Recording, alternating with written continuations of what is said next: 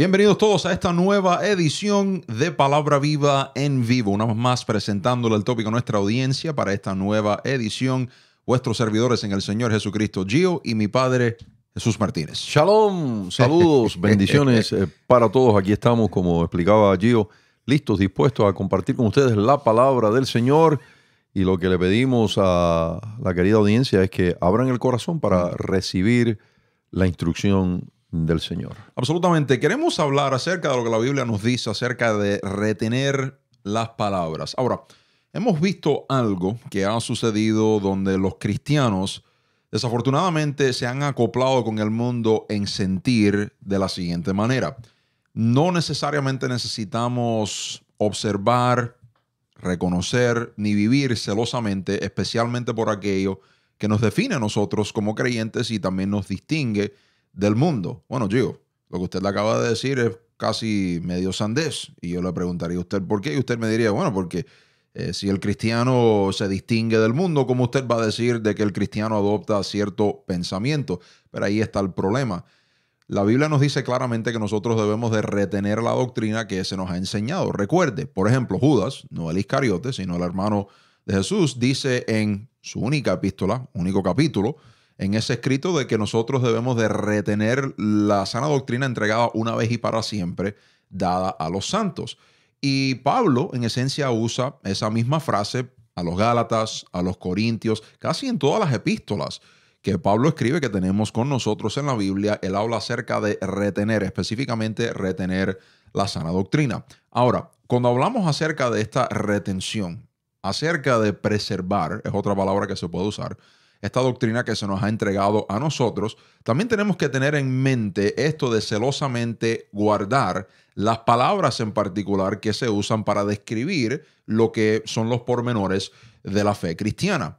Allí yo ya comienzo a entender lo que usted dice. En esencia, lo que ha sucedido es que el mundo, ellos se demuestran vagos, por así decirlo, entre otras inclinaciones, por preservar lo bueno, y en esencia permiten que toda idea subversiva venga porque no activan la mente, no emplean la lógica, no usan el discernimiento. Ahora, algunos dirán, Gio, pero lo cierto del caso es que esos son mundanos. Eso se espera de ellos, pero no de los creyentes. Pero ¿qué si yo le fuera a decir a usted que los cristianos muchas veces se encuentran en ese mismo descuido que es practicado por muchos pecadores en este aspecto, y eso permite que las doctrinas que se oponen a lo que la Biblia nos enseña comiencen a filtrarse en alguna manera u otra? ¿Y qué si yo le fuera a decir a la audiencia que esto también tiene otra sutileza?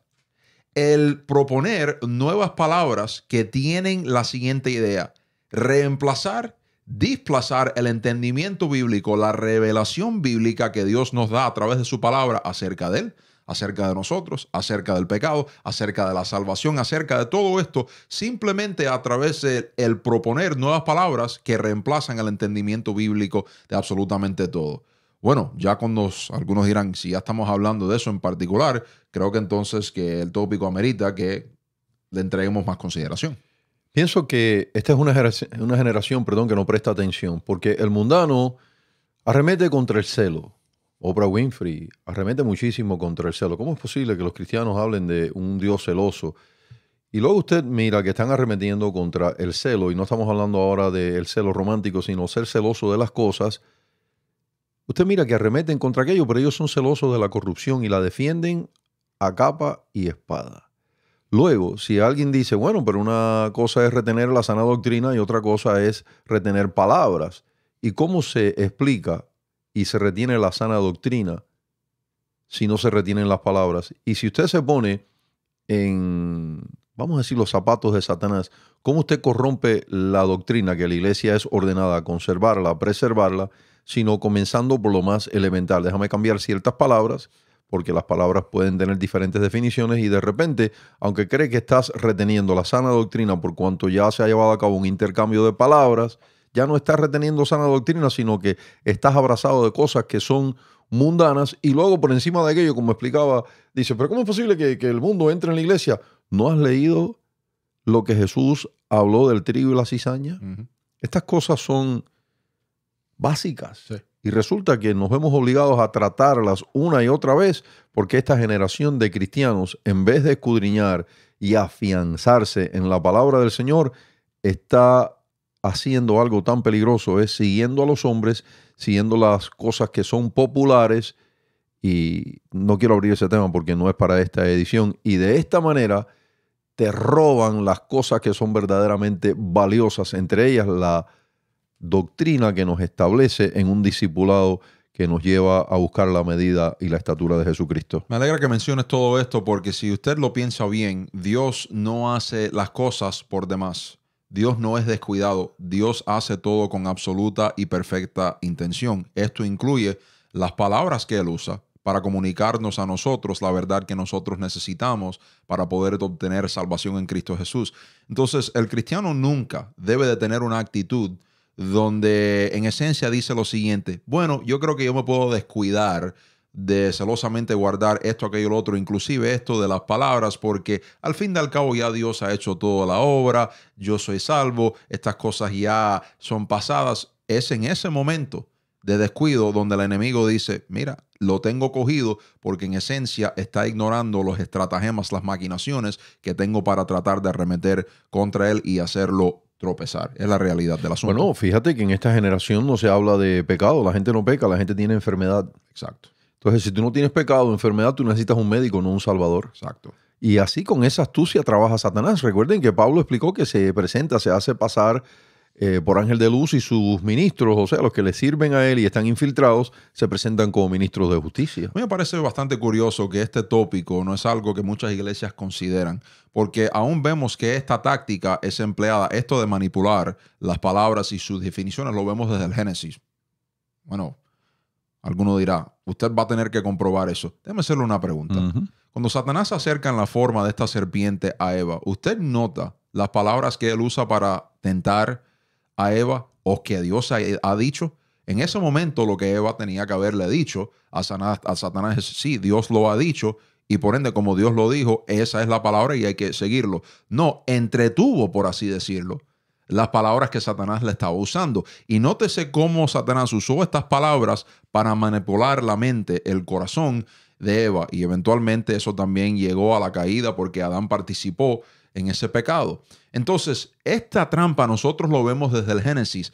Por ende, me parece curioso, nos parece curioso que esto es un tópico que implícitamente lo vemos que sobresale del texto, y muchos cristianos no toman tiempo para considerar esto y también ponerlo en práctica en su existencia. Por ende, esta edición de Palabra Viva en Vivo, donde estamos tocando este tópico una vez más para refrescar la mente del creyente hacia la actitud que nosotros los creyentes debemos de tener, en particular al uso de las palabras. Si esto no fuera importante, señoras y señores, una vez más, Satanás no emplearía esta táctica de manipular el lenguaje.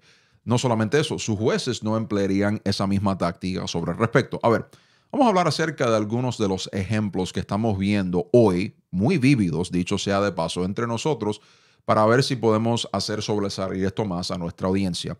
Considere que hace algunos años atrás se hablaban por estos medioambientalistas, es como ellos se llaman, que también es un eufemismo que ellos usan para describirse a sí mismos, de el recalentamiento de la Tierra. Y eso era por mucho tiempo el alarmismo que ellos estaban tratando de proponer y convencer a las personas que eso iba a suceder. Claro, como hemos explicado anteriormente a través de otros medios, esto siempre ha sido una fachada para introducir comunismo en los países. Otro tópico para otro día. Pero no obstante, queda el punto. Nótese que estas personas estaban prescribiendo un lenguaje que anteriormente la gente estaba escuchando eso y dice: ¿cómo que recalentamiento de la Tierra? Yo no conozco esa frase. Y después procedieron a no decirle al público abiertamente: este es el lenguaje que tienen que adoptar. Nótese la astucia del asunto. Ellos simplemente lo dijeron y lo repitieron tantas veces que eventualmente el público lo adoptó como parte del léxico y lo dieron como aseverado. Es verdad, el planeta se está sobrecalentando y necesitamos hacer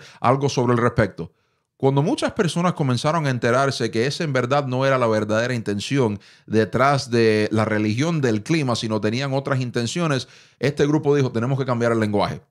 Nótese que de la noche a la mañana desistieron de usar la frase recalentamiento de la Tierra y comenzaron a decir cambios climáticos, cambios climáticos. ¿Por qué? Porque muchos comenzaron a diseminar la verdad. Oye, la naturaleza eso se ve en la naturaleza, que algunos años la Tierra tiene un poquito más de calentamiento en estos años, pero en otros años se comienza a enfriar un poco, y ese es el balance que Dios mismo mantiene a través del poder de su palabra, como dice el autor a los Hebreos. Y la gente dijeron, eso es un escándalo lo que ellos están creando, eso es pseudociencia. ¿Qué dijeron? Nosotros necesitamos cambiar las palabras, necesitamos cambiar la presentación. Le estamos dando la misma mentira, pero con cambiar las palabras les convencemos de la misma mentira. Y entonces comenzaron a proponer la frase cambios climáticos. Ahora, usando ese ejemplo, vamos a usar otros ejemplos. Ya tú decías uno. Nótese, hoy por hoy, inclusive muchas personas que se llaman cristianos no usan la palabra pecado. No lo usan, aunque la Biblia usa esa palabra y otros sinónimos para describir la desobediencia del hombre contra el mandato de Dios. La palabra de Dios usa desobediencia, usa el mal, la maldad, estas otras palabras que son sinónimos del pecado, pero la palabra principalmente que se usa en la Biblia es pecado. No. Hoy no se usa pecado porque quizás estamos ofendiendo a ciertas personas. Por ende, sería preferible si nosotros usamos la frase trastorno mental. Trastorno mental yo creo que es mejor para describir a este grupo. Pero ¿qué pasó en esencia con la palabra pecado? Pero es que aún el trastorno mental, resulta que los sanos ahora somos acusados de tener enfermedad mental porque eres un xenofóbico, eres un homofóbico y así sucesivamente, mientras que aquellos que sí viven abrazados del desvío, ellos simplemente ahora tienen mente sana expresada en otra forma. Pero nótese también, adjunto a todo esto, lo que se logró, y muchos cristianos no lo notan. Estos individuos comenzaron a proponer un nuevo lenguaje que desplaza el entendimiento bíblico acerca de lo que está plagueando a la humanidad, principalmente el pecado. Y nótese la sutileza, no lo vamos a llamar pecado, aunque es pecado, es desobediencia, es hostilidad contra la ley de Dios. No, vamos a llamarle un trastorno mental, vamos a llamarle esto, aquello, lo otro. Y nótese que en el uso de esa frase, en esencia lo que le está diciendo al hombre es, no, tú no estás desobedeciendo a Dios. Tú no estás en contra de la ley de Dios, no te estás levantando contra la voluntad de Dios. Esto es simplemente un proceso fisiológico, físico, y nosotros te podemos arreglar con la píldora, con un poco de momentos de hablar, etcétera, etcétera, y eliminamos el concepto por completo de pecado. Actualmente la psicología tiene ayuda para la gente que no quiere ser cristiana. Le desintoxican, le liberan de lo que fue la conversión o el nuevo nacimiento. Yo les tengo otro ejemplo de cómo el siglo juega con las palabras y se infiltra ese juego de palabras, ese cambio, ese intercambio en la iglesia, y la iglesia no se da cuenta. Más de 40 años atrás apareció en la escena ya muy popular el Robert Schuller, el que estableció The Crystal Cathedral, y él comenzó a enseñar que en esencia Dios usó la evolución. Bueno, poco después apareció otro individuo ya con una capacidad intelectual y muchas letras después de su último apellido, hablando de todos los estudios que tenía, Hugh Ross, y dijo, no, indiscutiblemente que lo que estamos disfrutando hoy es un proceso evolutivo creado por Dios. Y ahora recientemente tú estabas hablando de Andy Stanley, que está enseñando lo mismo. ¿Qué tiene que ver eso con las palabras? La Biblia dice, en el principio creó Dios los cielos y la tierra, y por tantas veces que aparece en la Biblia, voy a decir que ahora no las voy a leer, pero léalo usted en su casa, que Dios hizo esto, hizo aquello, hizo lo otro. De repente ya esa palabra no aparece sutilmente. Dios usó y está usando la evolución. ¿Qué hicieron? ¿Qué lograron? Se infiltraron primeramente en el mundo y luego que se tornó popular, se infiltró en la iglesia, y ahora ya hay una buena cantidad de cristianos abrazados a aquello a tal grado de cuando tú escribes un artículo diciendo, damas y caballeros, regresemos al lenguaje bíblico. La Biblia dice que Dios hizo, no que está usando y usó el proceso evolutivo. ¿Con quién se ofenden? Con nosotros. Quiere decir que ya se tragaron el cuento, el daño del intercambio de palabras ya se ve. Exacto. Y también hay que considerar el hecho de que el humano, la razón por qué se porta de esa manera es porque ven intrínsecamente que este nuevo lenguaje que se está proponiendo le da como una brecha a estos individuos a ser victimizados y también eliminar, ellos piensan, desafortunadamente, el tener que rendirle cuentas a Dios. Voy a usar un ejemplo.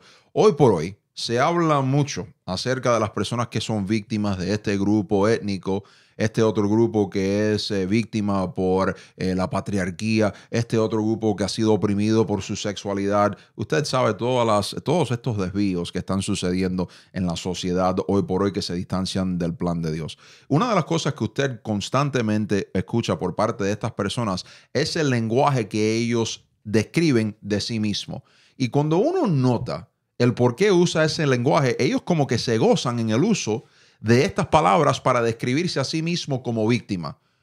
¿Por qué, Gio? Porque si usted lo piensa bien, en esencia una persona se ha autoconferido así una lástima que le quieren imponer al resto para que ellos entonces estén a la merced de lo que ellos están pidiendo, demandando de la sociedad. Es algo muy curioso que cuando uno lo analiza, uno dice, caramba, la razón por qué estas personas usan estas palabras es con toda intención, es para manipular, es para omitir, es para diferentes razones. Considera el caso de Tennessee. La gente que debería estar recibiendo expresión de condolencias y misericordias y lástima, hablando de las víctimas, más bien la familia de las víctimas, resulta que no se menciona, están recibiendo hasta maltrato, pero los géneros transexuales y los travestis y los LGBTQ y los transgéneros, ellos están recibiendo todo tipo de reconocimiento y caricias y lástimas porque ellos son las víctimas.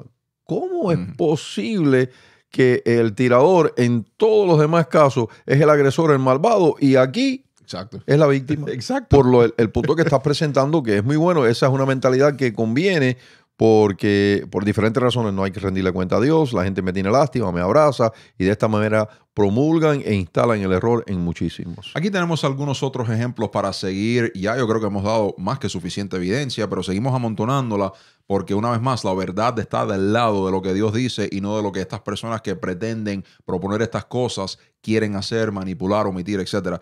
Lo hemos dicho anteriormente, valga la redundancia. He escuchado a tantos creyentes hoy por hoy simplemente adoptar la palabra depresión, que francamente si yo tuviera, si yo pudiera cobrar 5 centavos por cada vez que yo escucho a un cristiano usar la palabra depresión, en vez de usar las palabras que usa la Biblia, tristeza, congoja, pesar, para describir esto, yo creo que nosotros ya hubiéramos sido multimillonarios hace tiempo atrás. Claro, el cristiano que se descuida y se ha acostumbrado a vivir en ese descuido dice, pero ¿cuál es el problema? Yo pensaba que las cosas eran sinónimas. No, usted ha caído en una trampa. Piénselo. Freud, que dicho sea de paso, no importa lo que le diga cualquier persona que es amante de la psicología o defensor del psicólogo o los psicólogos mismos, Freud es el padre de la psicología. No pueden escaparse de la realidad de que él fue el primero en colocar, germinar, por así decirlo, esa semilla en el Pero mundo buscan occidental. huir de él porque sabe que el individuo es digno de condenación y por eso buscan huir de él y decir, no, que fue el otro, que fue, ya cambió y las cosas no son así. Buscan huir de él porque la evidencia que se levanta contra ese hombre y qué fue lo que lo motivó, a ellos no le conviene. Lo que lo motivó, y él lo escribe, búsquelo y usted lo va a encontrar. Él quiso desplazar el entendimiento bíblico acerca de absolutamente todo con un entendimiento seglar. Y él escribe acerca de proponer nuevo lenguaje que los psicólogos, estos ministros de la sociedad, como tú has sarcásticamente dicho, pero con esa exactitud, con esa sátira, se demuestra la actitud que la cultura injustificablemente tiene hacia estos individuos. Y dicho sea de paso, pequeño paréntesis. Yo recuerdo, y eso me dejó completamente atónito, lo que me habías dicho acerca de un supuesto pastor que te había dicho años atrás, que él inmiscuía la psicología. Ha sido una mezcla, sí. Y él te admitió, él te admitió, yo sé que lo que yo estoy haciendo es anatema, pero lo hago de todas maneras. Así es. Que un predicador del evangelio, una persona que dice ser predicador del evangelio, admita tal cosa y lo diga tan fría y calculadamente, eso, señoras y señores, no solamente es digno de reproche, sino que eso es escalofriante. Llegando al punto que estaba estableciendo anteriormente. Freud, él lo que hizo, y sus discípulos como Carl Jung y otros comenzaron a proponer nuevo lenguaje. Ellos dijeron, en vez de llamarlo tristeza, que lo que hace es señalar lo que está sucediendo en el interior, en el espíritu del hombre, Freud y sus discípulos, ellos no creían en tal cosa como el espíritu del hombre. Ellos querían que el hombre llegara a pensar de que el hombre no es nada sino una máquina biológica. ¿Qué podemos usar para nosotros desplazar el entendimiento bíblico de tristeza que señala de que el hombre tiene espíritu, tiene alma, que está en un cuerpo? Vamos a llamarlo depresión. Y depresión simplemente habla de problemas neurológicos, fisiológicos, que llevan a la persona a pensar de que están tristes, pero en verdad es un problema que tienen en lo interior que le podemos ayudar con este narcótico, con especialmente la cocaína.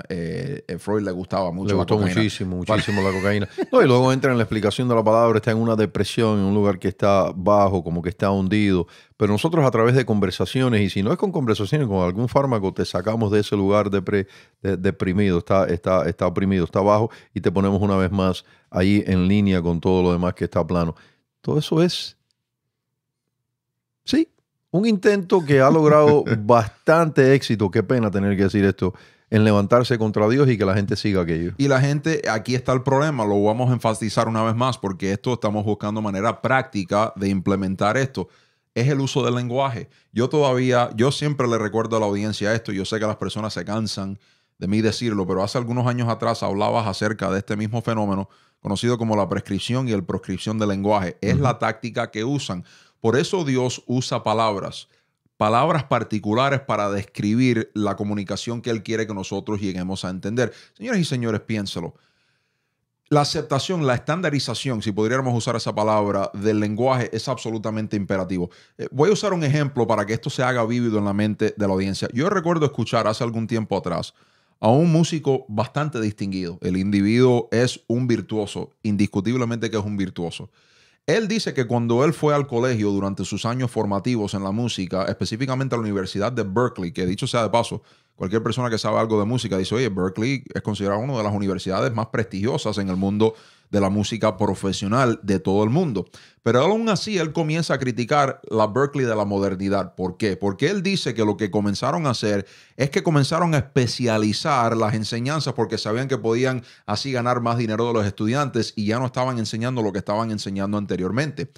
Él dice que cuando él estudió ahí en los 70, en la década de los 70, específicamente cuando los estudiantes iban ahí, no importa si uno era baterista, si uno era bajista, pianista, cantante, lo primero que te enseñaban era el solfeo y te enseñaban la teoría de música. ¿Por qué? Porque de acuerdo a estos profesores, ellos decían, necesitas conocer el lenguaje de música estandarizado para que cuando toques en un anime, en agrupaciones y cosas de esa índole, puedan tener armonía y así producir una obra que tiene sentido para el oyente. Si no hay un lenguaje universal estandarizado, entonces para poder comunicarnos, señoras y señores, lo que hay es caos, dicho sea de paso.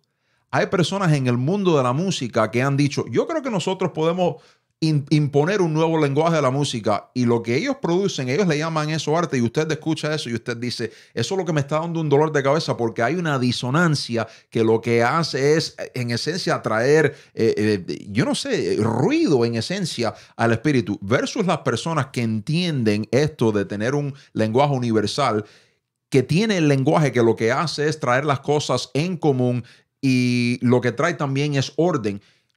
Ahora lleve ese mismo ejemplo a lo que estamos hablando entonces del lenguaje. ¿Por qué Dios usa las palabras en particular que Él usa en el texto? ¿Y por qué nosotros debemos de adoptar ese lenguaje? Ya hemos dado la evidencia de que cuando se propone un nuevo lenguaje específicamente para desplazar el entendimiento bíblico del asunto, el cristiano tiene que ser sabio a todas estas cosas y decir, no, entonces yo no me voy a proponer a usar el lenguaje que estas personas están proponiendo porque veo la intención, voy a seguir usando un lenguaje bíblico que Dios me dice que debo de usar. Hay tantas cosas que quisiera compartir con ustedes acerca de la importancia de las palabras. Pudiera empezar por, en el principio era el verbo.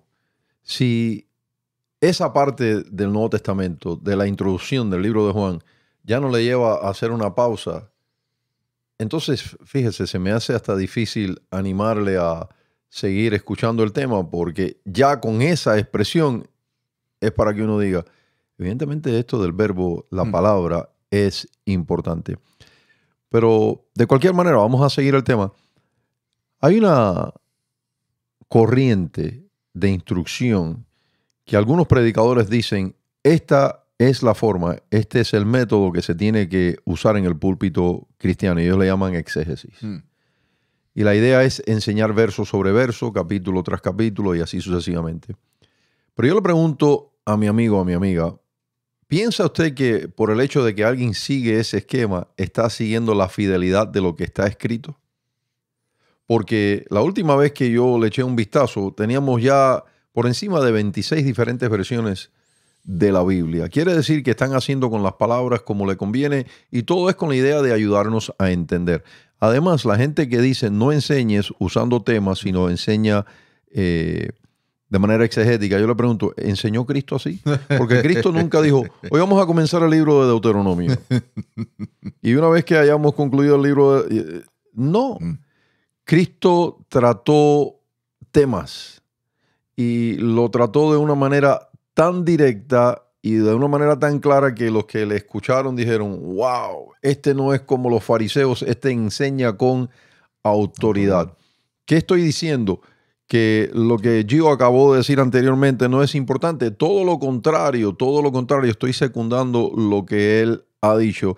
Si tú no conoces el idioma del Señor, Jesús se lo dijo a la gente que le vio caminar el suelo de Israel, especialmente a los que se pusieron, ustedes no entienden mi lenguaje, ustedes no entienden lo que... Y le estaba hablando el mismo hebreo que hablaban todos los demás. Bueno, yo no estoy seguro que era hebreo, le estaba hablando español.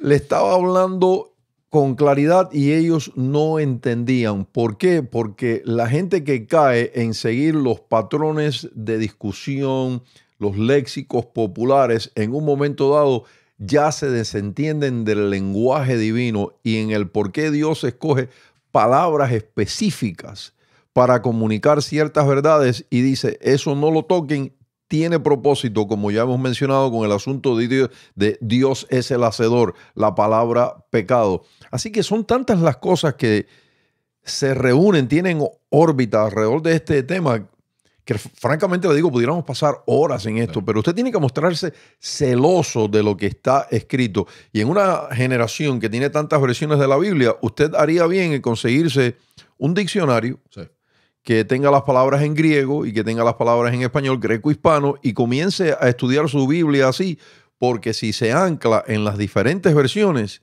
es posible que termine en un lugar de confusión, aunque está leyendo la Biblia. ¿O cree usted que está leyendo la Biblia? Porque le han cambiado tanto el lenguaje a la palabra de Dios que francamente asusta. Sí, no, y tú sabes... Y yo no soy defensor de la Reina Valera, claro, dicho sea de paso, porque hay error en la Valera. Claro. Pero ya que estamos tratando este asunto, yo sé que estoy ampliando el tema, es necesario quizás tocar eso un poquito. No, me alegra que lo menciones, pero también quisiera regresar un momento, y no es por disminuir lo que acabas de mencionar, porque cuando dijiste, hay mucho en el verbo, nótese, vamos a llamarle el medio que Dios usó, que Jesucristo usó, porque Él es el creador de todo, para crear todo. ¿No dice el Génesis, y dijo Dios? Nótese que usó las palabras. Señoras y señores, una vez más, Dios no hace las cosas por demás. Él hace las cosas con absoluta, perfecta intención. Queremos dejarle con algunos textos a la audiencia, porque siempre está aquel que dice, bueno, pero si usted no va a la Biblia, yo no lo acepto, aunque ya hemos aludido a la Biblia unas cuantas veces. Aquí tenemos unos textos que usan la palabra retener para comprobar lo que, aún más, ya lo que hemos estado diciendo. En la parábola del sembrador, específicamente en la versión que Lucas da, vemos en el capítulo número 8, versículo número 15, que Cristo dice, mas la que cayó en buena tierra, estos son los que con corazón bueno y recto retienen la palabra oída. Curioso esto. Para aquellos que dirán, no, pero el pastor y Gio se equivocan porque en particular lo que la Biblia dice que debemos de retener es la sana doctrina. Y yo le digo a usted, la sana doctrina, ¿cómo usted la describe sin las palabras adecuadas? Esa es la pregunta que yo quiero hacer. ¿Y si Satanás comienza a intercambiar palabras? A tu punto. Entonces, una vez más la que cayó en buena tierra, estos son los que de corazón bueno y recto retienen la palabra oída y dan fruto con perseverancia. Nótese que el texto, Cristo está diciendo implícitamente que de la única manera que usted puede perseverar y dar fruto es a través de retener y practicar las palabras oídas. Oiga, Gio, pastor, este tópico entonces es mucho más importante de lo que pensé originalmente, porque Y yo sé que algunos dirán, esto en verdad no se está hablando mucho en muchas iglesias. Claro, porque la iglesia hoy por hoy ha llegado a ser simplemente una imitación del mundo cristianizada y no le están dando edificación bíblica, no están aludiendo al texto mismo para enseñar lo que el texto mismo está claramente tratando de comunicar. Y nosotros intentamos hacer todo lo opuesto aquí a través de Palabra Vivo en Vivo. Estamos yendo directamente a la palabra de Dios para que la misma nos instruya, no nosotros imponerle una interpretación fallida a lo que dice el texto bíblico. Proverbios 4:4. Nótese lo que Salomón aquí es parte de lo que él le enseña a su hijo. Y él me enseñaba y me decía, retenga tu corazón mis razones. ¿Cuántas veces me has enseñado lecciones? Me has dicho esto, aquello, lo otro, retén esto, retén lo otro. Y en instancias cuando necesito esa sabiduría y la necesito desempeñar en alguna manera u otra en el mundo, esas palabras resuenan en mi mente y en mi corazón por la veracidad que tienen con el consejo que me estás dando. Nótese, si no retengo las palabras de mi padre, entonces ¿cómo yo empleo la sabiduría que se me enseña? Esto es la importancia, señoras y señores, de las palabras. El problema también que hoy por hoy muchos cristianos no acaban de entender el problema de esto de no retener las palabras es lo siguiente. Esta generación en particular ha llegado a ser más visual que quizás cualquier otra generación antes que esta. ¿Por qué? Por la cantidad de los visuales artificiales que nos están rodeando en cualquier momento. Siempre queremos estar entretenidos y ver lo más fantástico de lo que produce esta de la computadora y esto, aquello, lo otro. Y cuando estamos hablando de las culturas hasta la modernidad, eran culturas que eran ¿qué? A través del oído, a través de lo que estaban leyendo. Estamos viviendo en una cultura que francamente quiere descartar estas cosas y estos son los medios que Dios usa para comunicar la verdad. ¿Puedo interrumpirte? Por favor. Una de las cosas que notamos los que amamos el estudio de la palabra del Señor y intentamos comunicar el mensaje bíblico a los que se disponen a oírlo, una de las cosas que notamos es la importancia de conocer cómo se usaba cada palabra en la hora en la que se pronunció o se escribió. Aún en el ambiente legal de los asuntos de pleitos legales, asuntos constitucionales y todo, es muy importante conocer lo que los padres del país, por ejemplo, tuvieron en mente cuando escribieron esto, aquello y lo otro. Lo mismo con la Biblia.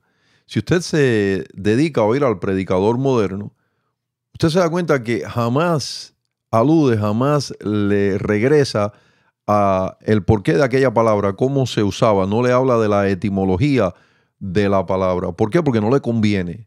¿Y por qué no le conviene? Porque vive abrazado de algo que el sistema moderno le proporciona y es la ganancia numérica, la ganancia económica, en fin, le proporciona todas estas cosas y no le conviene regresar al uso original de aquella palabra porque entonces hasta él mismo queda convicto por algo que está usando ahora, que lo está usando indebidamente de manera tramposa y mentirosa para lucrar y para conseguir discípulos de sí, no de Cristo. Por lo tanto, no regresa a aquello. Tú mencionabas el domingo cómo el predicador moderno dice no vayan a levantarse contra el ungido del Señor, y la interpretación que eso tiene hoy nada tiene que ver con lo que en realidad sucedió en aquel entonces y cuando se escribió. Esto es importante. Esto es importantísimo. Usted tiene que buscar saber por qué Pablo usó estas palabras, qué es lo que se estaba comunicando en aquella hora y cómo aquello viene viajando hasta nosotros y tiene que ser implementado hoy. Porque los tiempos cambian, pero Dios no cambia. Y el hombre tiene que sujetarse a la palabra de Dios y no decirle a la palabra de Dios, procura hacer algunos cambios y adáptate al siglo, porque si no, no hay espacio para ti aquí en nuestra hora. Esa es buena nota para concluir esta edición. Una vez más podríamos decir más sobre el asunto, pero esto ya le comienza a iniciar. Tenías otro verso, no sé si quieres compartirlo. Bueno, tenía uno más en particular, Romanos 1:28, y algunos dirán, sí, pero eso está hablando ahí acerca de las personas no retener en cuenta, no tienen en cuenta a Dios. Exactamente, y ese es el punto. Lo que Pablo está diciendo aquí, una vez más en el versículo 28, y como ellos no aprobaron tener en cuenta a Dios, sí, pero ahí no dice la palabra retener, una vez más, retener aquí es sinónimo de no tener en cuenta a Dios. Si no tienes en cuenta la palabra de Dios y específicamente no la atesoras en tu corazón y no la pones en práctica, entonces vas a ser susceptible a este fenómeno de personas que son unos manipuladores y son obreros del diablo. Esa es la realidad del asunto, que usan la manipulación del lenguaje para manipularte a ti.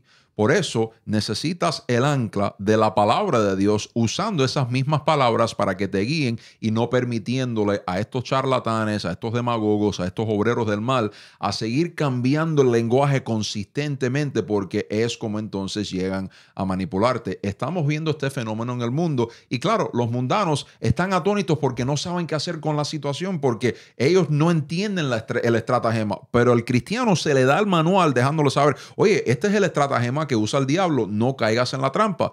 Pero desafortunadamente hay muchos cristianos que ignoran esto voluntariamente y entonces llegan a ser presa fácil. Una vez más, retiene la palabra del Señor.